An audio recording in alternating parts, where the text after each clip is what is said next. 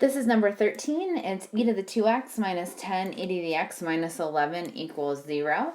Anytime you see that you have three terms like this, you're going to want to think factor to solve. You don't want to move the 11 over and then try to work with things. You can't combine e to the 2x and e to the x. So you can't get this to an exponential equals a number. Since that's the case, we want to think factor. Don't be scared of this. This is not any more difficult than the normal factoring that you guys have done. The only thing that you need to do is identify what u is going to equal. We're going to use u substitution. So we're going to say let u equal something that's going to help us. So here I have e to the 2x, and then I have e to the x in my middle term and a constant. So e to the 2x, that's our squared term. E to the x is our just normal x term. So you're going to take that middle term there and say let u equal e to the x.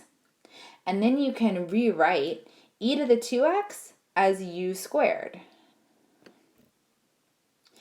minus 10 e to the x is 10u minus 11 equals 0. Remember, with these exponent rules, order doesn't matter. So if you're a little bit confused why we can make e to the 2x into u squared, here we have what we have here is e to the x squared, like that. That's what this guy can be rewritten as. That's the same as e to the x times 2 or e to the 2x. So that's why we can rewrite e to the 2x as u squared when we're letting u equal e to the x. Okay, that was a lot of explanation. Let's get on with the math. So we have u squared minus 10u minus 11. That we can factor. We want two numbers that multiply to negative 11 and add to negative 10. Our variable is u. So that gives us negative 11 and positive 1. And that gives us u equals 11 and u equals negative 1 if we set those equal. And our little mini exponentials now are going to be e to the x, since that's the same as u, equals 11, and e to the x equals negative 1. And now we can solve. So I'm going to add a page here.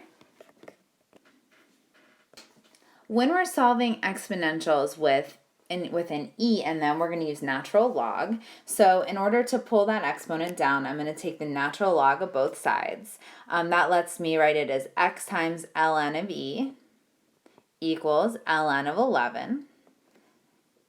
ln of e is 1, so that disappears. I have x equals ln of 11.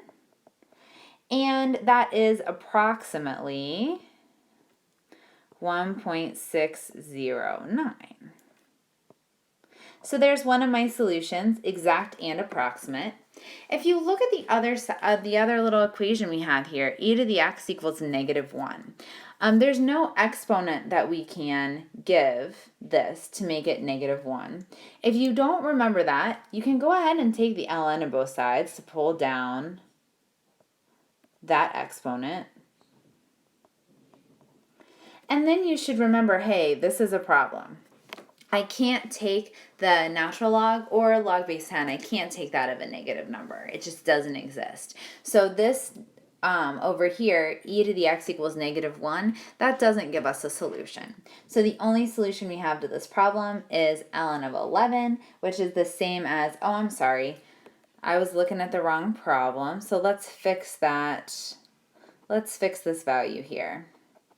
If you put ln of 11 into your calculator, instead of 1.609, you should have gotten 2.398. Sorry about that.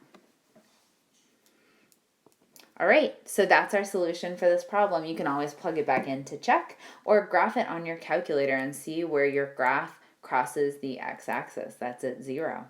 Lots of ways. You should always check your answers with this. That's number 13. Now, if you haven't tried 12 and 14, they're very similar.